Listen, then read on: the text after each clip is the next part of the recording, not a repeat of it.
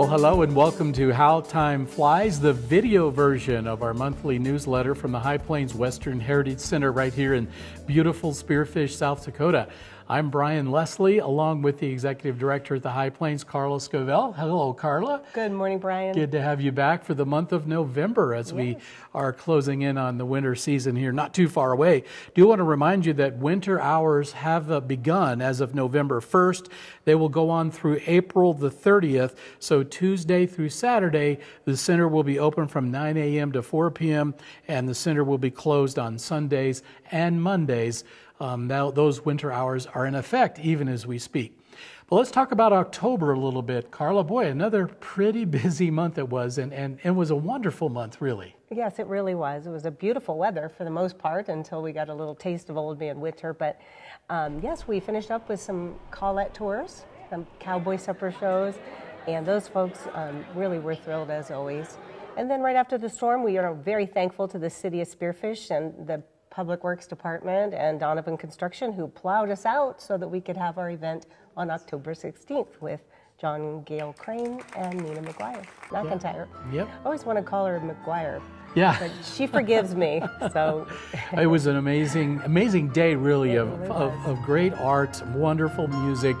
As we had an opportunity to meet John and Gail was here to sign copies and to present about her new book, along with her husband John, the famous watercolor artist living in Mystic and known throughout the entire country and even the world, really. Talked about his travels to Mexico. And then Nina put on just an amazing concert with some of original music, and it was really cool to see one of the songs that she performed live here at the Bruce Miller Theater was a song that was inspired by some of John's paintings. Mm-hmm.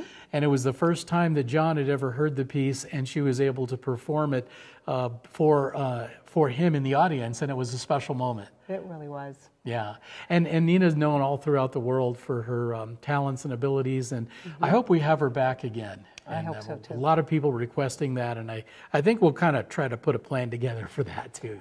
And you know, that day we also have sponsors to thank for that day as well. Not only did we have the, thanks for digging us out of the 2 feet of snow, but on that day, that event was sponsored by the Spearfish Economic Development. Yep. Corey Mencken and the board approved that grant, and then also the South Dakota Arts Council made it possible for Nina to be here.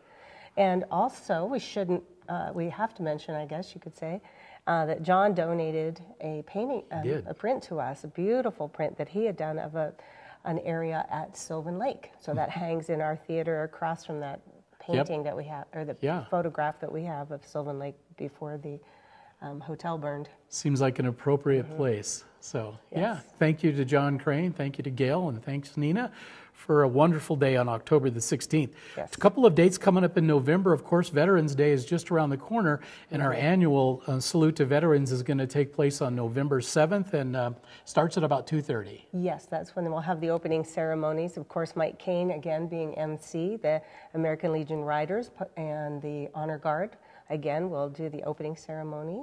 It's always so patriotic and moving, isn't it? Yeah, Fred Nelson, again, since he was the state commander for 2 years, will be the keynote speaker once again.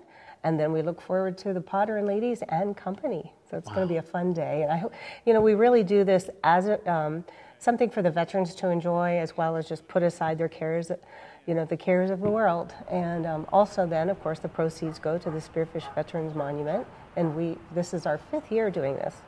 And so it's just a lot of fun. It's one of our favorite events here. And we thank our sponsors for that event also. Mm-hmm. First Interstate Bank. Yes, and Safeway. And Safeway. Yeah. Yep, very much. Then on December, we go back into Christmas at the High Plains once again. It was a big success last year. And this year, the Shoppers Village opens on December the 3rd. And I think you've got more vendors coming in this year than last year, and last year I think we set a record. I know.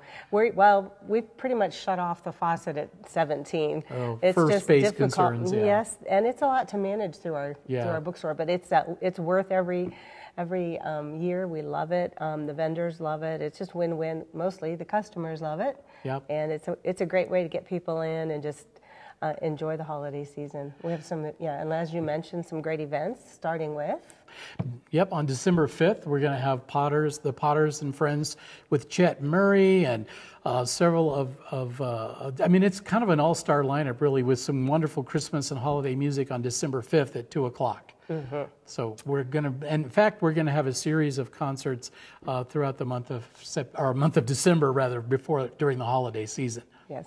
So December the 19th, we're going to have Christmas at the High Plains, and that's going to be a treat as well at 2 o'clock with Paul Arson, Katie Laugenslager, Alan and Jill Kirkham, and Jamie Lynn. And it's going to be an amazing, amazing show. So December the 5th with Potters and Friends, that's going to be an awesome show. And then also with the December 19th, Christmas at the High Plains. Yes.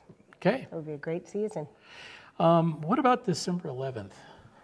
Yes, that's going to be Gary Renner and his wife, Janine Larson. They're just a talented duo, and they're just going to put on a little concert for tips only. Yeah, just first time ever music on stage, and it'll be on December 11th. Not on I mean, here at the Bruce Miller Theater. That's correct. Yeah, that'll be awesome. Yes, they are two of many talents. They stepped up to the plate this year as volunteers here, and we're just finding all their talents just continue to unfold like a beautiful flower. Let's give a shout out to the Spearfish Community Foundation for a $10,000 grant to help with operating expenses. Yes, we just got word of that, and we are very grateful. So thank you again, the South Dakota Community Foundation. And one other thing to make note of as we approach the winter months, January and February, the center will be closed this year over the winter, but tours are going to be available by appointment. Yes, we'll be working on projects in here, but at least we won't have to worry about the snow.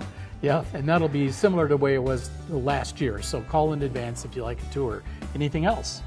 Not that I could think of. All right. Well, thank you for joining us for How Time Flies, our video newsletter for the month of November 2021. Hope to see you next time.